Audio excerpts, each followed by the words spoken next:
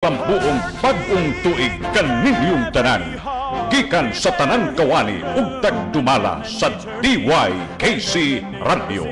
And heaven and nature sing.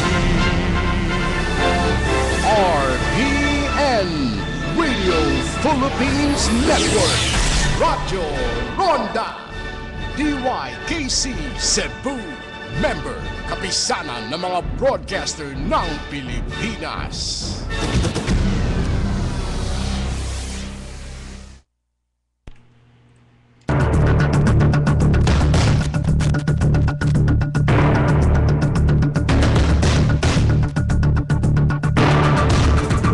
Magigala, kumusta og garon sa ato mga balita?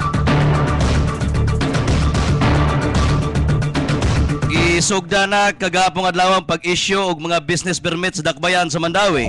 Ngadto na sa mga kumpanya nga nagbugbog puhunan dinis nasgutan ng dakbayan. Inoon sa pagkagaron, matud pa padayon pa nga giamontar sa syudad ang ilang mga satellite offices didto sa usa ka mall sa barangay Bakilid. Og miingon, kung ingon man didto sa Insular Mall nga ana namutang sa barangay Basak sa nisgutan nga syudad. Dugang masab nga wa pa hinon gibutyag sa Management Information Service Office kon MISO kon kanus agyod nila mahuman sa pag-instalar sa mga kaymanan sama sa mga computers, printers o kamera aron dali ra nga makuha ang mga business permit. Kini gumikan usab sa padayon nga paggamit sa full automation sa dakbayan sa Mandawi. Then ang tanan nga mga transaksyones ipaagi na sa full automation. Samtang nga gilauman usab ni City Treasurer Conrigal Oliva nga musaka pa og dako ang ilang makolekta nga buwis ining tuiga sukwahi sa nakalabay nga tuig. Inon matud pa ni Oliva nga aduna siya iyang kaugalingong estratehiya sa pagkolekta og buwis ngadto na sa mga negosyante og wa siya plano nga mosunod sa gibuhat siyang inahan nga si Ophelia Oliva nga kanhi treasurer didto sa dakbayan sa Sugbo nga nisikat usab sa pangalang dancing tax collector didto sa dakbayan sa Sugbo. Sa laing bahin usab sa ato nga balitang lokal nga bisan og wa pa siya makapanumpa isip acting Vice Governor sa lalawigan sa Sugbo, si Bukal Julian Daan mi asumer na sa iyang responsibilidad og mga gimbuhaton sa maong posisyon. Samtang wa pa manumpa usab si Daan sa katungdanan didto sa Department of Interior and Local Government kon DILG, mo papirma kaniya og waiver nga nagtumbok nga temporary lang ang iyang dili pagpanumpa. Dugang musab nga pan sa ngadto kinahanglan nga gihapon niya kining buhaton nga manumpa siyang katungdanan ngadto na sa DILG lakip sa nahimo ni Tibandaan isip acting Vice Governor maong pagpirma og mga dokumento nga may labot sa renewal sa mga kontrata sa mga kontraktor sa Legislative Department. Gitugta ni Daan nga iya nang gipaybaw ang iyang mga kaubanan sa Hunta Provincial nga di lang yun una siya manumpa isip acting Vice Governor hangtod nga di maklaro ang tanan ilabi na sa legality sa suspensyon ni Cebu Gobernador Gwen Garcia.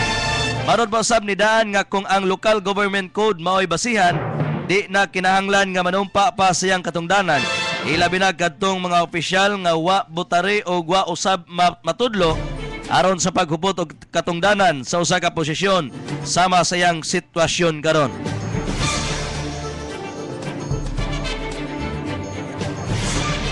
Salang bayan usab atong dawaton ang report didto sa lalawigan sa Sugbo gikan sa provincial capital. Pinagiusab sa report ibadangat ni Nonoy Paikron. Padayon lang, Noy. Yes, mix si acting governor Agnes Magbali ni padayag sa mga tigbalita nga di siya musayaw ning maabot nga sinulog Mardi Gras parade. Matod pa sa acting gobernador mo padangat lang siya pagampo ingom sad nga kung adunay hinabang pinansyal mohatag ang Kapitolyo bisan sa Magi pagkatuigan ang Kapitolyo muhatag hinabang pinansyal ngadto sa dakbayan sa Sugbo. Hinon matod pa ni Magpali ang maong pag-ahabag hinabang pinansyal sa agi pa ni sa ni Gobernador Win Garcia nga sa pagkaroon suspendido. Hinoon sa mga tuigan ang Kapitolyo mo padangat lag mga eskwelahan agi usab mo tambong sa sinulog sa kabataan ingom sad sa sinulog Mardi Gras parade. A contingent and the governor used to dance. Simbako.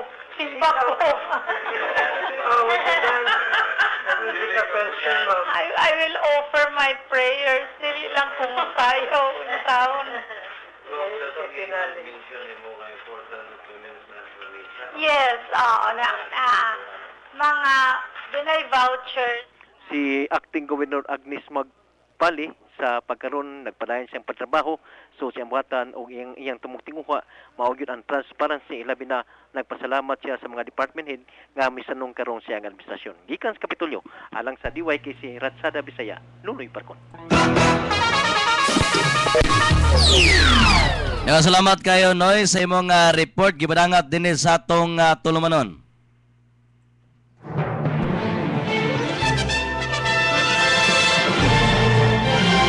Salang ba usab sa itong balitang lokal? Gisugda na usab sa dakbayan sa Mandawi ang pag-renew sa mga business permit ingon man sa ilang franchise permit sa mga operator og tricycle dinis dakbayan sa Mandawi samtang si Lady Sparrow Bencamino sa administrative office og moy kasamtangan nga tagduma sa mga tricycle franchise og ingon man sa business permit miingon nga nagpadayo na ang iyang buhatan sa pagdawat og mga magpa-renew sa ilang mga tricycle franchise o ingon man business permit alang sa ilang legal nga pag-operate sa ilang mga tricycle o mga negosyo. Parod pa ni Win Camino nga andam na usab ang iyang opisina nga mo entertain og mga tricycle drivers ingon man operators nga gustong magpa-renew sa ilang mga permits karong tuiga. Iyang gibutyag nga andam na kayong iyang buhatan lakip ng iyang mga kahimanan aron sa pag-issue og mga permits. Iyang giawhag usab ang mga tricycle drivers og operators nga kumpletohon daan ang ilang mga requirements sa di pa sila moadto sa iyang buhatan aron di malangan ang pag-issue niini. Iya usab nga gipahibaw nga ang kadtong gustong mo renew gikinahanglan nga magdaan na lang daan sa ilang mga business permit original, franchise original niadtong tuig 2012 ingon man magda usab sila og sidula sa tuig 2013.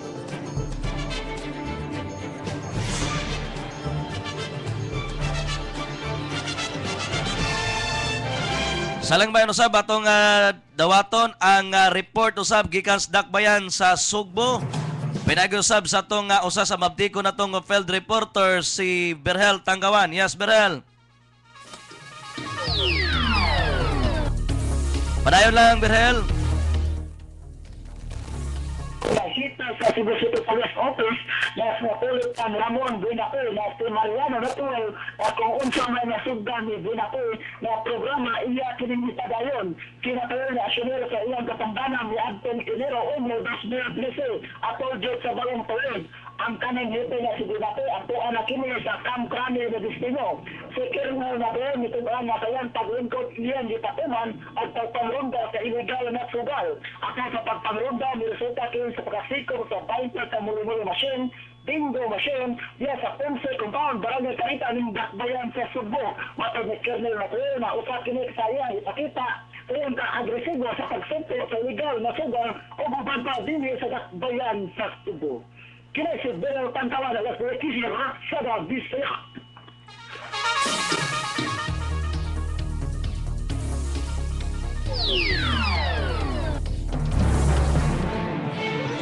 Saling bayan usab sa itong balita, gidumog sa bagang dood sa katauhan ang unang adlaw sa pagkuha og community tax certificate dinis dakbayan sa Mandawi nining buwan sa Enero tuig 2013. Giamuntar sa syudad ang daghang makinarya nga mao'y gamiton sa pag-issue og sidula diya sa lobby sa Mandawi City Hall.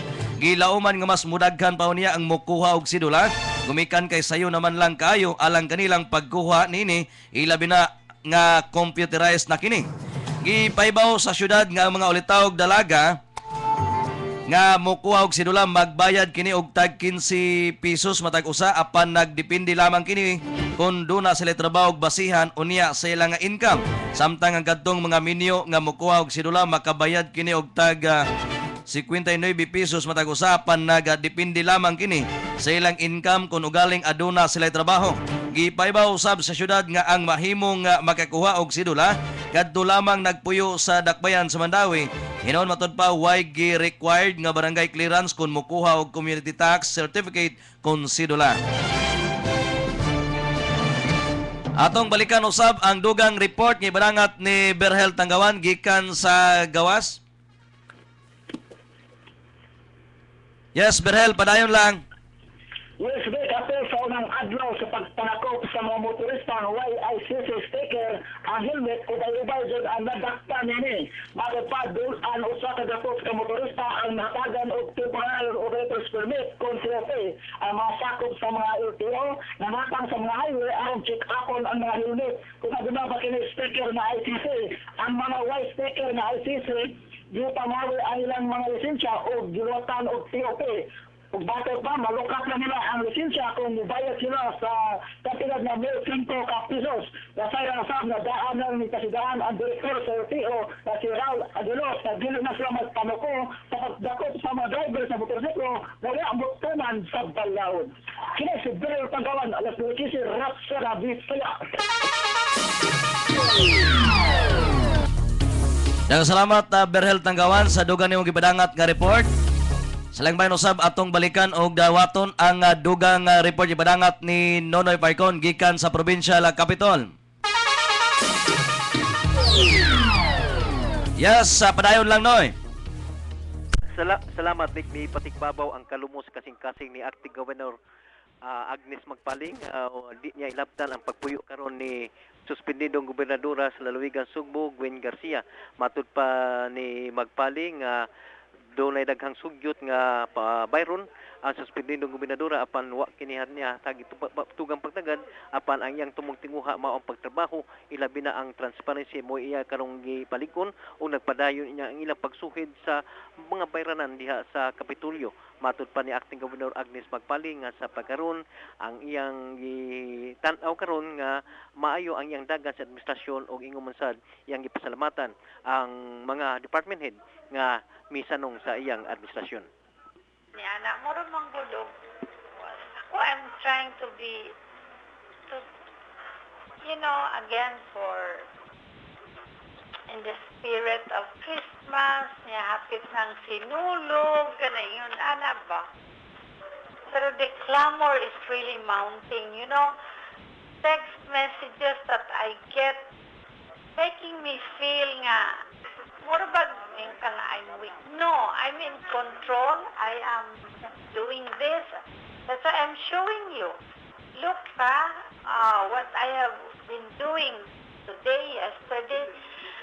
But if this is not an indication of weakness.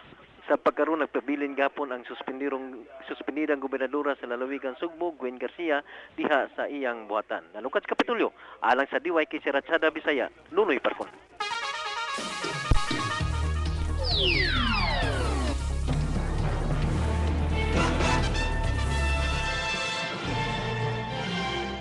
Samtang saling bayan usab sa itong balitang nasyonal kung dito sa Kauluhan, gituki sa Malacañang ang kampo ni suspended Cebu Governor Gwen Garcia nga mutamod ang Administrasyong Aquino inubanan sa Temporary Restraining Order kon TRO. Una kini issue sa Court of Appeal samtang padayon nga gipanghimakak usab ni Presidential Spokesperson Edwin Lacerda nga adunay sagol pamulitigang kasong administratiba batok kang Cebu suspended Governor Gwen Garcia. Marod sa tigpamaba sa mahistrado sa board nga maoy mutuki mismo sa petisyon nga gisangat ni Garcia atol sa pagbalik na sa trabaho karong simanaha. Dugang nini ang korte usab ang mokonsiderar sa mga punto nga giisa sa Office of the Solicitor General nga nagrepresentar sa Office of the President.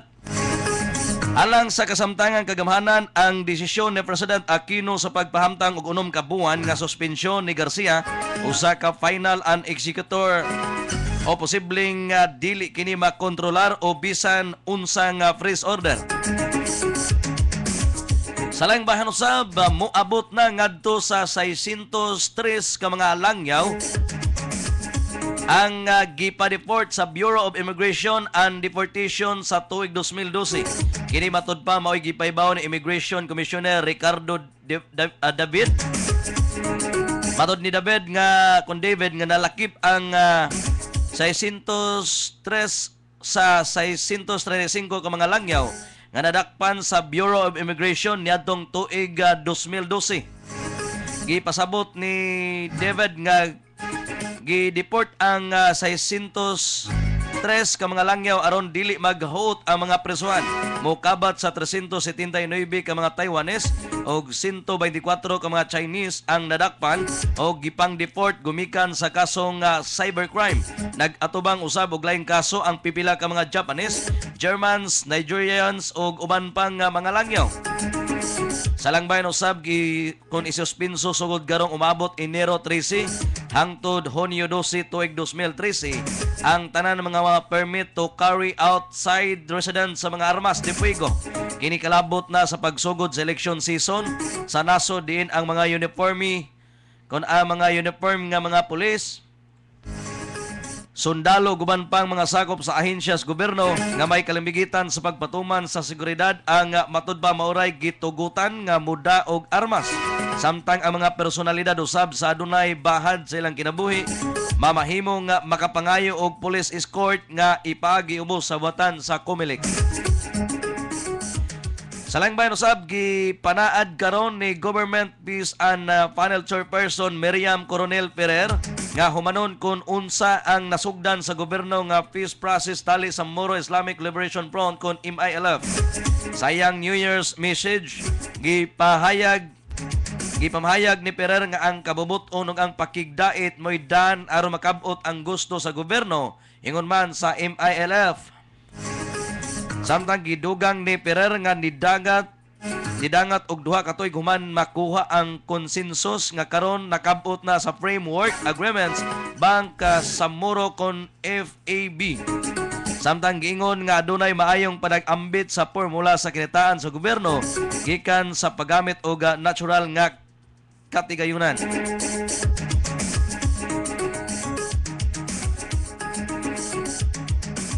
Salang man usab sa itong balita sa gawas sa nasod.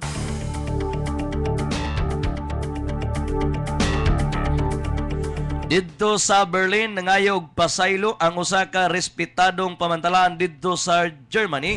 Human namantala nini ang obituary ni kanhi US President George W. Bush. Ang nahimong sayop sa George T. Jail daily nahitabo human nga gipahibaw sa tigpamaba sa pamilyang Bush nga mi arang-arang na ang kahimtang sa panglawas ni Bush gikan sa pipila ka mga adlaw sa pagpabili niini sa intensive care unit kon ICU sa usa ka tamalanan sa Texas. Ang maong obituary namantala sa online site sa nisgutang pamantalaan. Sa laing bahin usab nakalusot na sa US Senate ang usa ka balawdnon kabahin sa fiscal cliff deal. Moabot ngadto na sa 89 ka mga senador sa Amerika ang miuyo niini samtang 8 usab ang nisupak. Ubos sa maong compromise deal, musaka ang bayranan nga buhis sa usa ka individual nga dunay income nga kapin sa 400,000 matag tuig. Samtang adunay bagong exemption limit ang publiko, kasamtangang tuwa karon sa US Congress ang maong balawdnon. Kung dili maprobahan sa US Congress ang maong balawdnon, musakang bayranan sa buhis sa mga middle class family.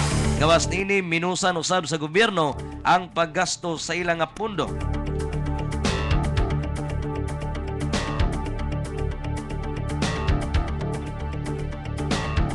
Salang ba usab sa itong balitang sports kung paugnat sa kusog.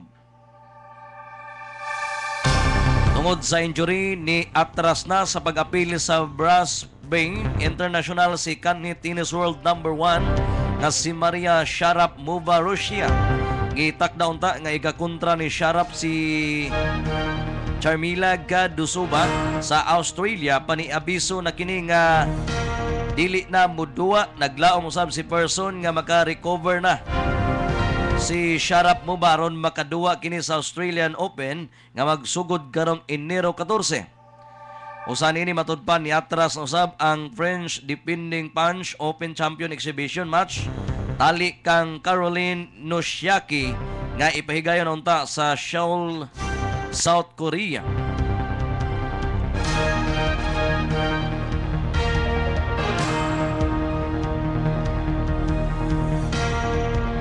Salangban usab atong kontakon mga itag update sa atong pagasamaktan kaya doon natay naibawaan gikan sa kauluhan. At naibawaan gikan sa kauluhan nga matud pa unsa katinuod nga napurma na ang low pressure nga nakita sa pagasa nga nahimo ng bagyo. Unsa ni katinuod atong paminawon ang kumpletong detalye sa ato niyang ikahinabi nga weather forecaster sa Pagasa Mactan.